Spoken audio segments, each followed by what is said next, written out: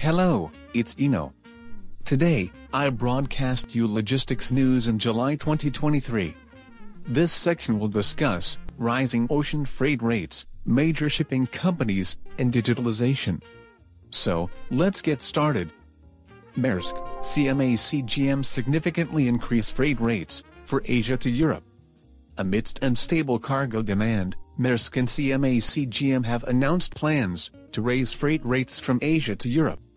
Maersk's increase will range from $1,300 to $1,900 per 40 feet, while CMA-CGM's rates to $1,075 per 20 feet and $1,950 per 40 feet.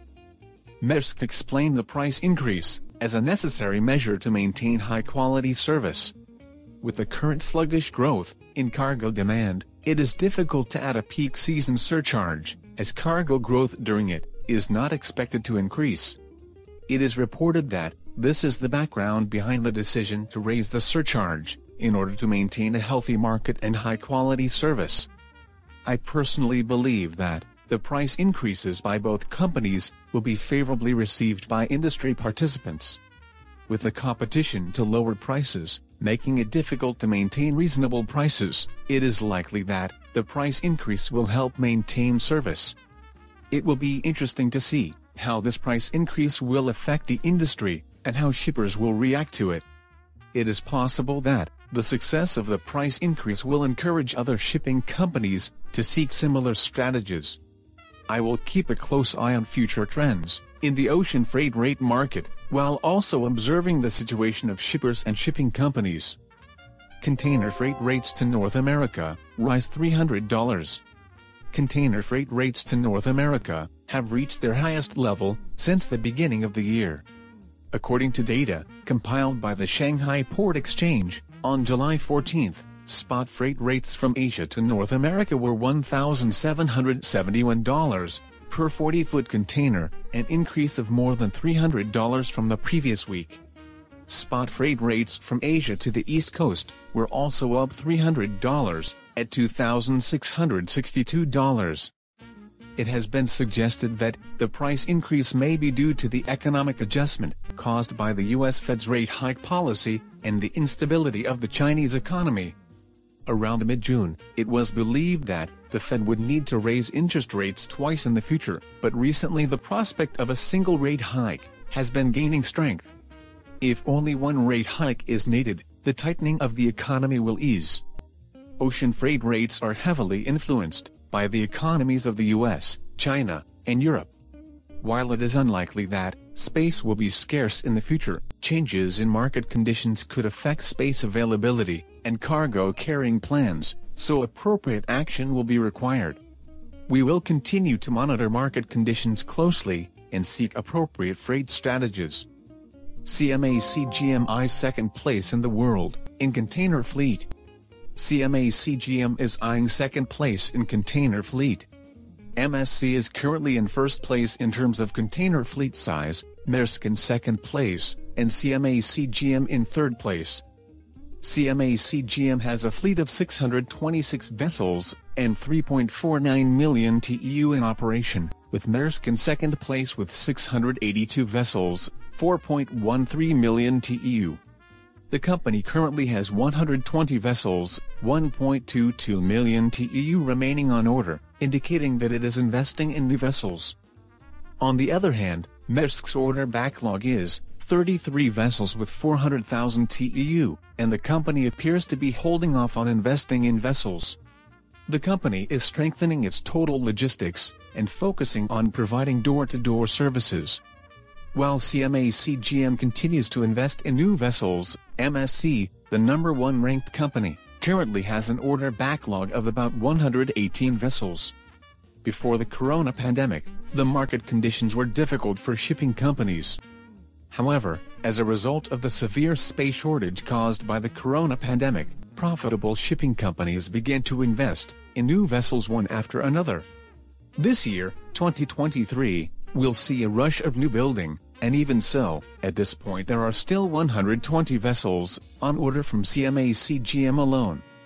As can be seen through the corona, shipping companies operate a very volatile business. The corona pandemic caused a sharp rise in ocean freight rates, but before it, many shipping companies were still in the red, due to intensifying price competition. There is also concern that price competition will become more severe in the future, due to an oversupply of vessels. When CMA-CGM overtakes Maersk to take second place, I will update information on how the differences in their respective strategies will affect market conditions. Israeli shipping company ZIM's digital strategy. Focus on logistics and fintech. Israeli shipping company, ZIM, is strengthening its partnerships with startups.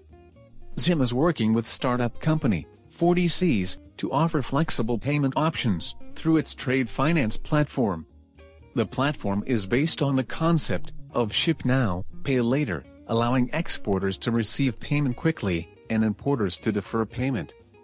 Furthermore, customers can defer payment of transportation charges for up to 90 days with ZIM's in-house digital forwarder, ShipForward. Eligible customers can also use a 40Cs line of credit to obtain financing. The combination of logistics and finance is attracting attention as a new way to compete in business. Israel has many startup companies, and young people are actively starting up. In such an environment, it would be a new way for shipping companies to fight in cooperation with startups. In the container industry, where size is everything, it is difficult to compete with the big players, so we need to differentiate ourselves in other areas and seek strategies to survive. I will continue to watch ZIM's efforts and the digitalization of the logistics industry. Ports of Rotterdam and Antwerp invest in port automation and digitalization. European hub ports, the Port of Rotterdam in the Netherlands, and the Port of Antwerp in Belgium, are investing in digitalization and automation. The Port of Rotterdam handled 14.45 million TEU of containers last year, and is expected to add 8 million TEU over the next 10 years. Also, the Port of Antwerp handled 13.5 million TEU last year, and is expected to add 7.5 million TEU by the end of the decade. Investments in digitalization and automation are underway to prepare for this roughly 60% increase in volume handled. The Port of Antwerp is already expanding its infrastructure to include cameras, drones, and radar. The expansion will allow AI-powered smart cameras to monitor the port area and provide a real-time view of the port to improve efficiency and safety. In Europe, eco-friendly and digitalization are proceeded, which will be essential in the future. Investments in ports will be also essential because if the port stops, the entire supply chain will be affected. Let's keep a close eye on the trends. How was this news?